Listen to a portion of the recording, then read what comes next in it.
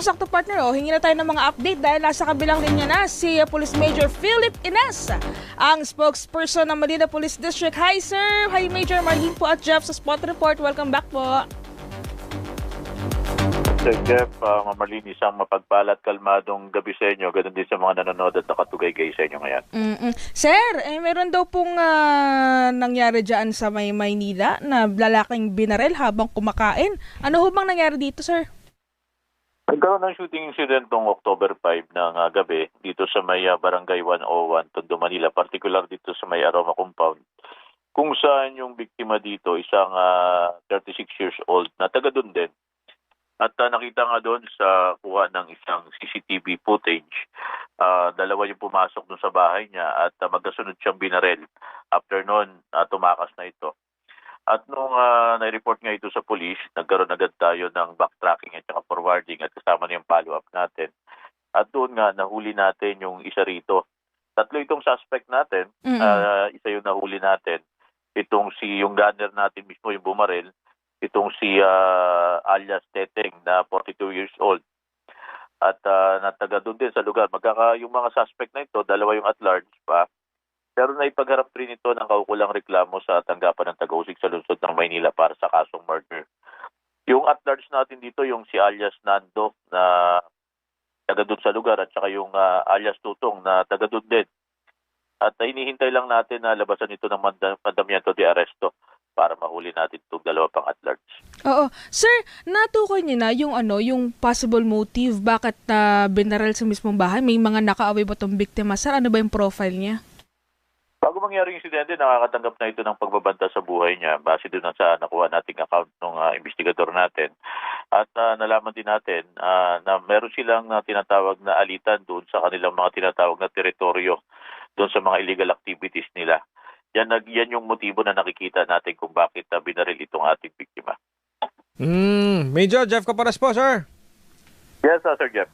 Sir, bali ang connection po nitong suspect tsaka biktima ay parang turf war lumalabas, ano? Yun ang lumalabas doon. Magkakakilala to, taga isang barangay lang ito, taga barangay 105 sa Tondo, Manila. Oo. Yes, Sir Jeff. Sir, may nakita ako dun sa video, may batang nakakita. Ano ito ng biktima, sir? Wala lang tayong impormasyon. Nakita nga rin natin yan dun sa napanood natin sa CCTV na may mga bata pa dun sa may harapan habang nagko-computer. Oo. Pumasok itong dalawang suspect natin. At magkasunod na binaril itong ating biktima habang kumakain ng hapunan. So hindi po malinaw, Major, kung ito'y anak ng biktima? Wala pa tayong ganung impormasyon. Ang sa atin lang dito, nakita lang natin may mga bata nung ginawa nitong mga kasalarin yung pamamaril nila dito sa ating biktima. Oo, sir, pagka ganyan ba, sir, anong ginagawang intervention natin dyan ng PNP? Kung ba may ganyan, may batang nakakita? Unang-una, dapat mag-undergo ito sa mga intervention ng DSWD, may address to. Kasi very traumatic yun. Sakyan mismo nila yung pangyayari. Totoo yan, sir. No? Imagine, nakita ng bata, partner yun, nakita mo sa pinto, tapos nagtatakbo.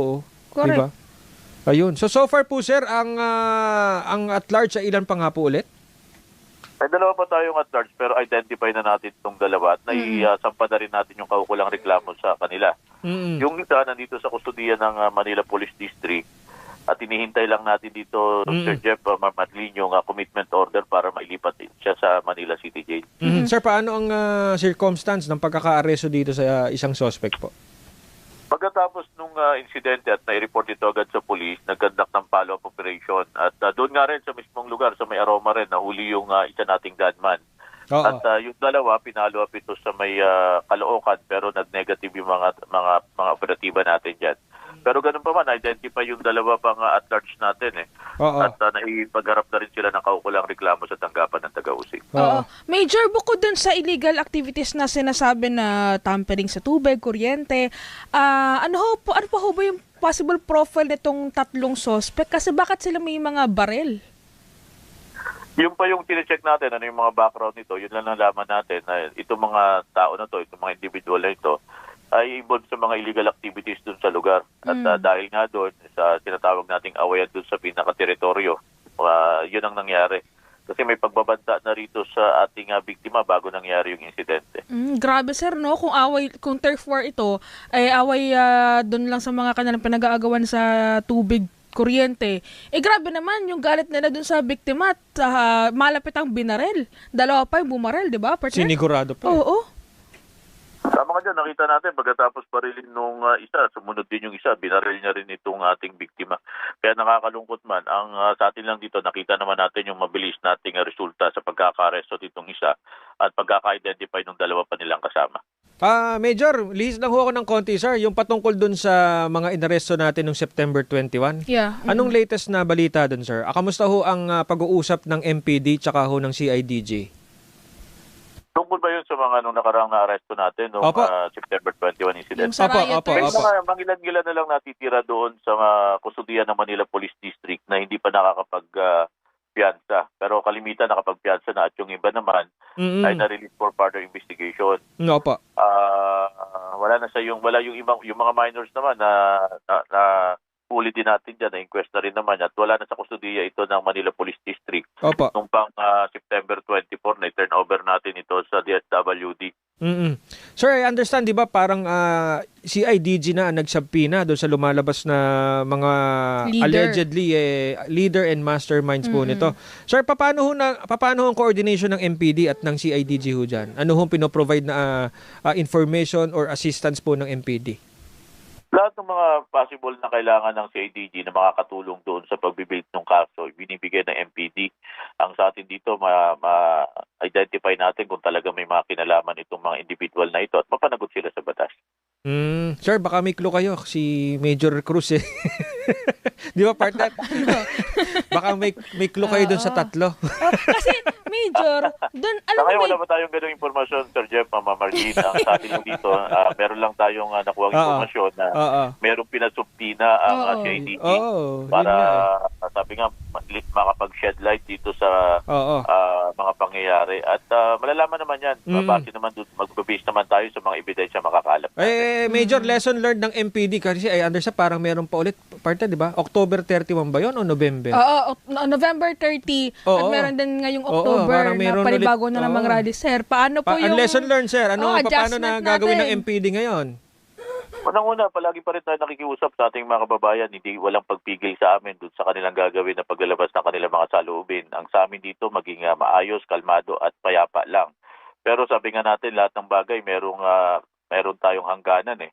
Ang sinasabi nga natin dyan, yung kalayaan ay magtatapos kapag ang karapatan ng iba ay natatapakan na.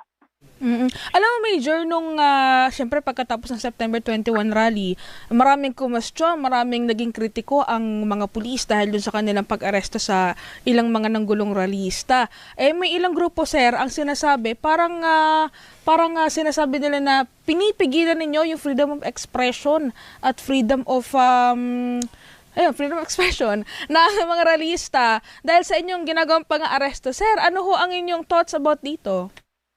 Unang-una, Ma'am Marlene, nakita naman natin walang pagpigil sa amin. Malaya nila nagagawa yan. Sabi nga natin, kahit walang permit, pinayagan yan. Kasi sinasabi nga, permissive yung batas. Ang hindi natin pinapayagan na rito, yung nakita nating hayagan na nilang paglalabag sa batas, katulad ng pananakit, paninira, at panununog. Nakita natin hindi na ito peaceful rally, kundi riot na ito. Opo. At pag nakita natin dito, base doon sa ating pinapatupad na PNP operational procedure na force continuum, uma-action lamang kami doon sa iba't ibang sitwasyon. Pag nakita namin ganito at nakita na namin hayagan na yung kanilang paglabag, wala na tayong magagawa kundi patupad natin ang batas. Tsaka yung sinabi nyo nga, Major, di ba sa mga panayam nyo, sinasabi nyo, bakit naman yung mga nasa People Power Monument, yung nasa Luneta, mapayapa naman. Bukod tangi itong grupo na ito eh.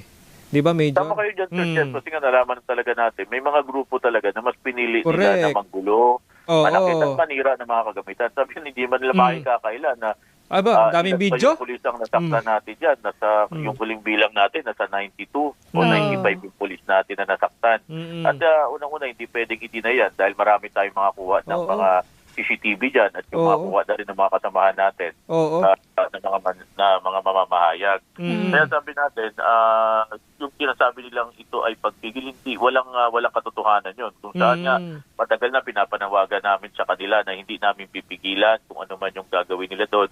Basta maging maayos lamang, kalmado at organisado. Ang Oo. pinigilan nyo, Major, ay yung karahasan dahil talaga namang hindi na makontrol partner, Correct, no? oo. Akala natin matatapos talaga noon, no? Nagto-throwback Thursday tayo noong September 21. Ano? Pasensya na, Major, talaga na naalala ko lang para ma-update lang. Oo. Pero Major, alam Yes, mo ba? walang problema sa Jeff, Marlene. Oo. Oo. Major, kasi isa din sa mga pinasapina ng CIDG, doon namin naman niya, si Boy Lighter, sir, naalala mo yung sumigaw ng lahat ng mga may lighter, ilabas ninyo, ganyan-ganyan. Ang sabi niya, kaya daw siya nagsabi ng ganun, para lang daw sa candle lighting nila kasi yon. Pero pinasapina nga siya ng CIDG dahil isa siya doon sa mga parang iniimbestigahan dahil dun nga sa riot. Major, sa mga susunod na rally, kapag may mga ganitong actions ulit, automatic ba aresto na agad yan? Ano po yung magiging action natin pag sa mga susunod na rally? We cross the bridge when we get there, Ma'am Marlene. Sabi nga natin, doon pa rin kami sa pinakamataas na antas ng pagtitimpi, yung ating maximum tolerance. Pero yung maximum tolerance, may hangganan yun. Hanggang saan yung PC ninyo, sir? Yung kahalintulad nung nangyari dito sa may Mindiola, Recto at sa may Ayala Bridge, ipapatupad namin ang batas. Ang sa atin dito, yung presensya ng pulis dyan para bantayan lamang yung kaayusan, katimingan at katatagan ng lungsod ng Maynila. Pero kung may mamimili na manira, manakit at magulo, aarestuhin namin sila. Yan. Oo nga. Okay. Alright, sir. Baka may mga panghuling message na lang po kayo, mensahe, paalala sa publiko. Meron hong mga programa. paalala si General Abad, sir. Nasa inyong pagkakataon, Major Ines. Maraming salamat, Sir Jeff, Ma'am Marlene. Paalala lang natin sa ating mga kababayan, ang mga pulis Maynila ay patuloy nating nirespeto ang karapatan ng ating mga kababayan. Ngunit pinapaalala po natin na ang karapatan at kalayaan ay lagi may kaakibat na responsibilidad. Sa ngalan po ng aming punong taga-Timon, Brigadier General Arnold Evangelista Abad, makakasiguro po kayo sa tikalidad at serbisyo para sa Manileño. Sa kalmadong gabi po. Ayun. Maraming salamat po sa inyong oras, Police Major Philip Ines, ang tagapagsalita ng Manila Police District. Thank you so much, sir. Ingat po kayo Thank you, palagi. boss. Thank you. Yes, Sir Jeff, Marlene. Magandang gabi.